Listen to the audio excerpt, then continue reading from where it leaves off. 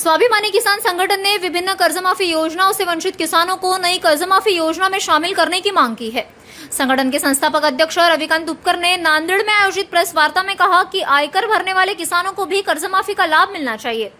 साथ ही दिवंगत किसानों के वारिसों को कर्जमाफी का लाभ देने और नियमित रूप से ऋण चुकाने वाले किसानों को 2 लाख रुपए की प्रोत्साहन राशि देने की भी मांग की। तुपकर ने चेतावनी दी कि यदि इन मांगों को लेकर राज्य भर में व्यापक आंदोलन शुरू किया जाएगा। उन्होंने कहा कि किसानों को न्याय मिलने तक संघर्ष जारी रहेगा। यदि सरकार ने किसानों की मांगों की अनदेखी की तो ऐसा जन आंदोलन खड़ा किया जाएगा कि मंत्रियों के लिए सड़क पर निकलना भी मुश्किल हो जाएगा। उन्होंने सरकार से किसानों के हित में जल्द फैसला लेने की मांग की। आमचं एकच म्हणणं आहे की तुम्ही म्हटलं होतं की 2 लाखापर्यंत आम्ही सरसकट कर्जमाफी देऊ, तर जो दिलेला शब्द तुम्ही पाळला पाहिजे।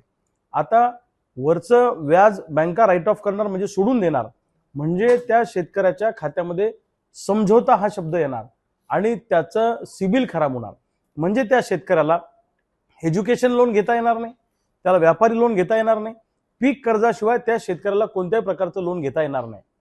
मग तुम्हाला कर्जमाफी करायची होती का शेतकऱ्यांचं सिबिल खराब करून शेतकऱ्यांचं मार्केटमधलं क्रेडिट संपून टाकायचं होतं, शेतकऱ्यांची पत संपून टाकायची होती? छुपा अजेंडा सरकारने याच्या पाठीमागे केलेला आहे। 16 लाख कोटींचं केंद्र सरकारने उद्योगपतींचं कर्ज माफ केलं, तेव्हा हा निकष का नाही लावला? आता शेतकऱ्यांसाठी हा निकष का लावला?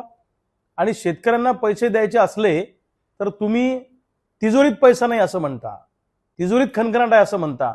मग तिजोरीत खणखणाट आहे तर पुढचे 4 वर्ष 3 वर्ष एकाही आमदारांनी पगार घेऊ नये, त्यांनी सरकारी कुठलाही खर्च त्याच्यावर आमदारांवर करू नका, मंत्र्यांवर करू नका। कशाला खर्च करता? माजी आमदारांचे पगार थांबवा ना काही काळ, कलेक्टर आणि सचिवांचे पगार थांबवा काही काळ, अर्ध्या पगारावर आणा, 25% पगारावर आणा सुपर क्लास 1 अधिकाऱ्यांना। चाललंय काय? म्हणजे तिजोरीत पैसा नाही म्हणून शेतकऱ्याला कर्जमाफी द्यायची नाही, मग 1 लाख कोटीचा शक्तीपीठ महामार्ग करण्यासाठी तुमच्याकडे पैसा आला कुठून? हाही खऱ्या अर्थानं प्रश्न आहे। कुणी शक्तीपीठ महामार्ग मागितला होता का? मोर्चा निघाला होता का? कुणी मागणी केली होती? कुणी उपोषणाला बसलं होतं? अरे जे शेतकऱ्यांनी मागितलंय ते तुम्ही द्यायला तयार नाही आणि बळजबरी शक्तीपीठ महामार्ग आमच्या मस्तकी मारताय। शक्तीपीठ महामार्गाच्या माध्यमातून 1 लाख कोटीचा तो शक्तीपीठ महामार्ग आहे, तो होईपर्यंत तो 1.5 लाख 2 लाख कोटीपर्यंत जाईल।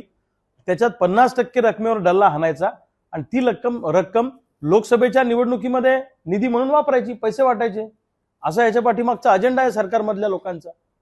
हे प्रोजेक्ट काय सामान्य लोकांच्या भल्यासाठी थोडीच असतात। हे प्रोजेक्ट सत्ताधारी पक्षाच्या लोकांना फंड उभा करण्याचं एक साधन आहे, त्याच्यातनं पैसा हाणता येतो, तो कोणाच्या लक्षात येत नाही। म्हणजे सामान्य माणसाच्या खिशावर दरोडा घालण्याचं काम हे सरकार त्या ठिकाणी करत आहे। त्याच्याकडे 1.5 लाख रुपयाचं कर्ज आहे बँकेचं, तर 1.5 लाख सरकारने भरावे ना।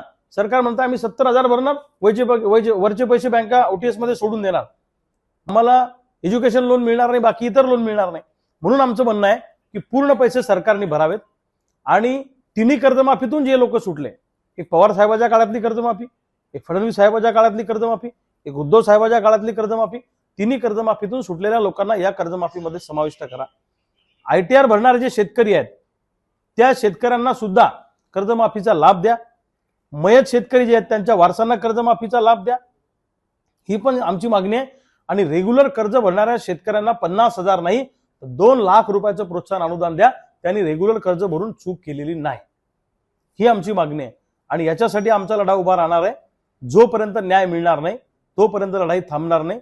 सरकारच्या बुडाखाली आग लावू, सरकारमधल्या मंत्र्यांना रस्त्यावर फिरता येणार नाही, अशा पद्धतीचं शेतकऱ्यांचं आंदोलन येणाऱ्या काळामध्ये असणार आहे।